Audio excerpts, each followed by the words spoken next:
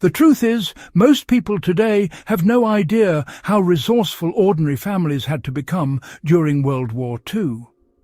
Before we dive in, if you're part of the Iron Age Instincts community and you appreciate deep practical history, make sure you're subscribed. What you're about to hear isn't recycled documentary filler. It's a focused, one-on-one breakdown of real home defense methods used by civilians and auxiliary units across Europe.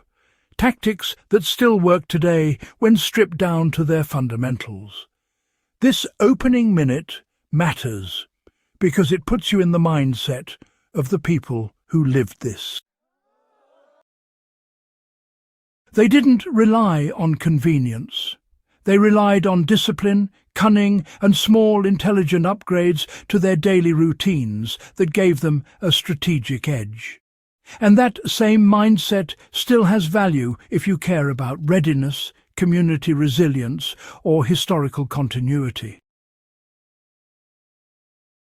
Why World War II civilian defense was built on mindset before equipment.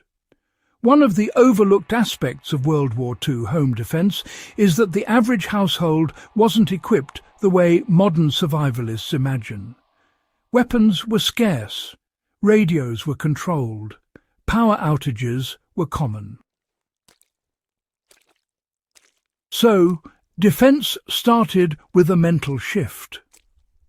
Every household member understood their home wasn't just a dwelling, but a defensible position.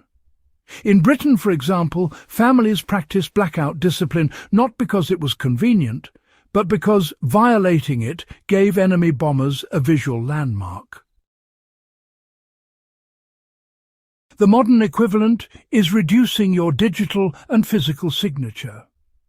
A simple application today is, limiting unnecessary light exposure at night, securing curtains, and reducing visible signs of absence when travelling. This isn't paranoia. It's passive security that prevents profiling, burglary, and targeting. Exactly the role World War II blackout discipline played. So, let's talk about how layered observation networks turned ordinary streets into early warning systems. During the war, civilians and auxiliary units, they created these decentralized observation networks. Streets, farms and small towns all relied on neighbors who really understood sightlines, choke points and the usual daily routines. Folks knew who passed through regularly, what different footsteps sounded like, and which routes were the most vulnerable.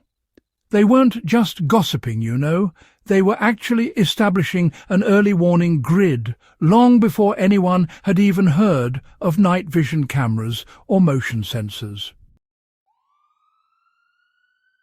If you apply this idea today, it becomes honestly one of the most underrated defensive measures out there. Establishing a quiet, informal observation culture with trusted neighbours. You don't need some giant plan. Just start by assessing your street from the perspective of someone who doesn't belong there. So, it's important to identify where visibility drops. Notice what's part of the routine and what stands out as irregular movement. Over time, you end up building the same sort of intelligence that the Home Guard relied on back then. If something feels off, it typically is. And honestly, the earlier you detect irregularity, the more options you have. That principle, it hasn't changed since 1940. Now, why did concealed fortification matter more than those dramatic barricades? See, Hollywood loves showing sandbags and massive barricades, but actual World War II civilian homes rarely used anything that dramatic. Instead, they relied on, subtle reinforcement. Internal doors were strengthened. Furniture was repositioned to create natural channels. Bottlenecks were formed that forced an intruder to enter predictable lines of movement. This wasn't done for combat as much as for control. The modern application is straightforward. Walk through your home and identify where someone could move freely versus where you can force a directional choice. Positioning a heavy bookshelf can redirect movement. Reinforcing a bedroom door with modern hardware increases response time. Even shifting a hallway table creates a secondary delay point. You're not turning your home into a bunker. You're applying the same principles used by families preparing for paratrooper drops or looter waves during bombing raids. How improvised communication kept families coordinated under pressure. One of the forgotten strengths of wartime households was their use of simple, reliable communication systems. Not everyone had radios, but they used door knocks, coded phrases, written slips, lantern flashes, and household noises to convey messages. These weren't gimmicks.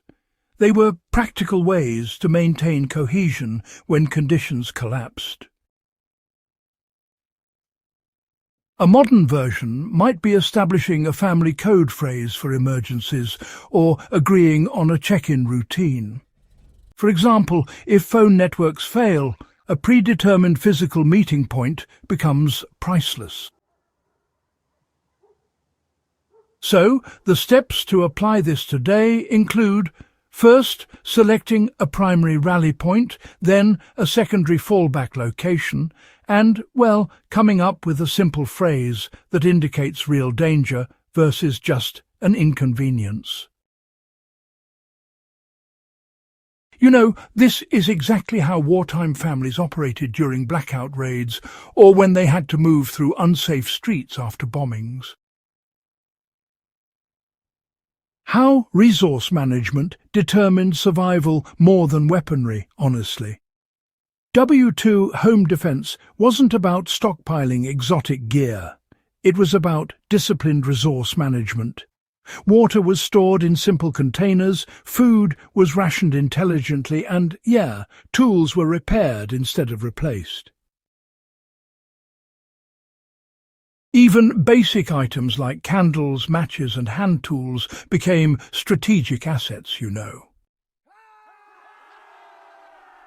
Communities understood that resilience came from continuity of essentials, not one dramatic prep. That's really the key, isn't it? Applied today, this means maintaining modest but reliable reserves. Water containers that are actually rotated, non-perishable foods you test and use, and basic repair tools you genuinely know how to operate. It's all about being prepared in a practical way, really.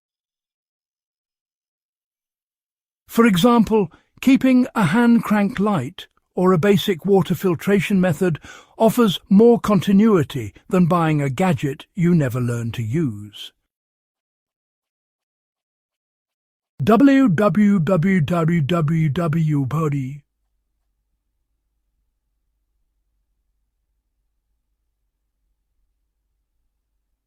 Civilians thrived not because they had resources, but because they managed the little they had with precision. How familiarity with terrain and routes gave civilians strategic mobility. Mobility wasn't just for soldiers. Civilians had to know multiple safe routes, alternate paths, and hidden tracks. They walked them regularly, so the knowledge was automatic under stress. When bombings destroyed city blocks, or when patrols swept through villages, these routes became lifelines. Today, you can apply this by learning at least 3 ways to exit your neighborhood. 1 main route, 1 secondary, and 1 quiet or rarely used option. Walk them. Time them. Learn how lighting changes at night. This echoes exactly how villagers in occupied Europe maintained mobility under watchful eyes. These are not romanticized tactics. They're practical, disciplined methods forged by ordinary families living under extraordinary pressure. If this breakdown added depth to your understanding of civilian defense, and you want to keep sharpening that Iron Age instinct with historically grounded skills, subscribe to the channel, share this guide with someone who would value it, and stay ready for the next deep dive.